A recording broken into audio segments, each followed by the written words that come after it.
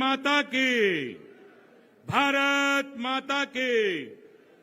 सबसे पहले संत शिरोमणि स्वामी धर्मदेव जी महाराज, अरुणदास जी महाराज और वहीं पर हमारे मुख्यमंत्री माननीय नायब सैनी जी, जिनके बारे में कहूंगा कि तूफानों में जो चिराग जला दे, ऐसा हो नेता जो सूबे को सजा दे, सूबों के खुशबू से महका दे। वहीं मेरे पिता तुल्य केंद्रीय कैबिनेट मंत्री आदरणीय श्री माउदी मनोहर लाल जी, जिनके लिए मैं ये कहना चाहूंगा, जो दुनिया को दिखाई दे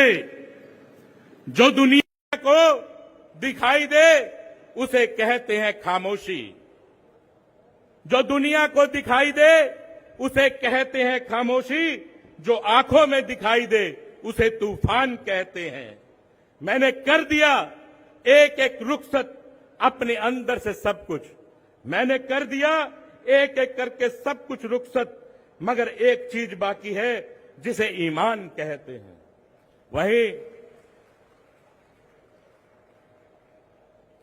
हमारे कैबिनेट मंत्री और इस इलाके के मंत्री केदावर नेता श्री कृष्णपाल गुर्जर जी और हमारे अध्यक्ष महोदय माननीय बडोली साहब, कैबिनेट मंत्री श्री विपुल गोयल जी, कैबिनेट मंत्री श्री कृष्ण पवार जी, कैबिनेट मंत्री डॉक्टर अरविंद शर्मा जी, कैबिनेट मंत्री श्री श्याम सिंह राणा जी, श्रीमती श्रुति चौधरी जी, गौरव गौतम जी और मंत्री राजेश नागर जी, पूर्व मंत्री मनीष ग्रोवर जी और हमारे महामंत्री सुरेंद्र पूनिया जी, पूर्व मंत्री और पंचनद ट्रस्ट के प्रदेशाध्यक्ष सुभाष सुधा जी, बड़े भाई संजय भाटिया जी व जगदीश चोपड़ा जी। आज हम लोग एकत्रित हुए हैं विभाजन विभाषिका को लेकर। मैं धन्यवाद करना चाहूंगा हमारे देश के प्रधानमंत्री जी का, जिन्होंने इस दिन को चुना। ये दिन वो दिन है जो लाखों लोग तबाह होकर इस हिंदुस्तान की सरजमी पर आए। बहुत से लोगों ने अपनी शहादतें देने का काम किया। जब 1947 की बात थी कि आजादी का अवसर है, चारों तरफ खुशियां ही खुशियां मन रही थी कि हम आजाद हो रहे हैं। वहीं पर ऐसा दिवस आया, कुछ राजनेताओं की वजह से उस समय के राजनेताओं ने अपनी कुर्सी पाने के लिए, सत्ता हथियाने के लिए इस देश के टुकड़े करने का काम किया। जिन्ना और नेहरू जी ने प्रधानमंत्री बनने के लिए एक ऐसा षड्यंत्र रचा जो आज आप सब लोगों के सामने है। कहते हैं राजनीति अगर देश के लिए हो तो धर्म बन जाती है, और वरना कुर्सी की हवस हो तो सरहदों में बट जाती है। ऐसा काम उस समय कांग्रेस ने करने का काम किया और अपनी गद्दी को हथियाने का काम किया। लकीरें खींच दी जब सरहद के नाम पर इंसान बट गया, मजहब के नाम पर वो दर्द आज भी आंखों में कैद है जो बंटवारे के नाम पर सह गए हम लोग।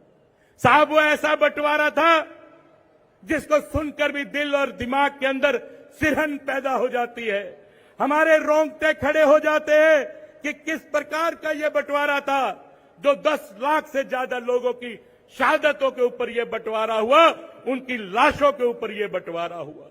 लेकिन इतिहास के अंदर उनका कोई जिक्र नहीं, कहीं कोई इतिहास के अंदर बताया नहीं गया। लेकिन धन्यवाद करना चाहूंगा हमारे देश के प्रधानमंत्री मोदी साहब का, जिन्होंने 2021 में लाल किले की प्राचीर से ऐलान किया कि उन 10 से 12 लाख लोगों ने जो शहादत दी, जिनका कहीं जिक्र नहीं आता, उनके नाम से ये दिवस मनाया जाएगा, उनकी याद में ये दिवस मनाया जाएगा। हिंदू धर्म के अनुसार आप अच्छी तरह जानते हैं कि श्राद्ध मनाए जाते हैं, तिलांजलि दी जाती है, पुष्पांजलि दी जाती है, श्रद्धांजलि दी जाती है। ये अवसर हमारे देश के प्रधानमंत्री जी ने हमें दिया कि हम अपने पूर्वजों को श्रद्धांजलि दे सके, तिलांजलि दे सके।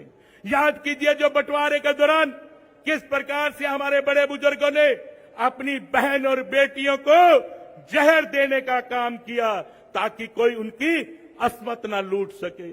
साहब, जब ट्रेनों के द्वारा उनके लोग चले तो बहुत से लोगों को तलवारों और बर्छों से मौत के घाट उतार दिया गया।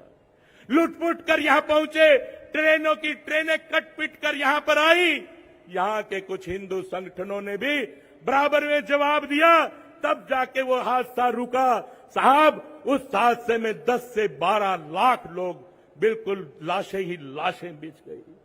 मैं ये कहना चाहूंगा कि जिस प्रकार से वो लाशें बिछी, वो मंजर जो अपनों के सामने ही मरते देखा होगा। भिवानी के एक व्यक्ति ने कहा कि हम लोगों ने, हमारे परिवार में 7 लाशें उठी। साहब, एक लाश परिवार में उठानी मुश्किल हो जाती है, किस प्रकार से अपनी आंखों के सामने ट्रेन में लोगों को मरते देखा होगा, किस प्रकार से ये किया होगा। ये सारा जुल्म अगर किसी ने किया तो कांग्रेस ने किया। कांग्रेस की याद आई तो जख्म पुराने निकले, कांग्रेस की याद आई तो जख्म पुराने निकले, दिल की मिट्टी से कुछ फसाने निकले। शहर में जो करता था सांप के कांटे का इलाज, उसी के तहखाने से सांपों के ठिकाने निकले। कांग्रेस ने इस प्रकार इस देश को बर्बाद कर दिया, खंड खंड कर दिया इस देश को। लेकिन वो लोग नहीं जानते कि इस देश में जहां पर नवरात्रों में अखंड ज्योत जलाई जाती है, जहां पर रामायण के अखंड पाठ होते हैं, उस देश को खंडित नहीं होने दिया जाएगा। अब उस देश को खंडित नहीं होने दिया जाएगा।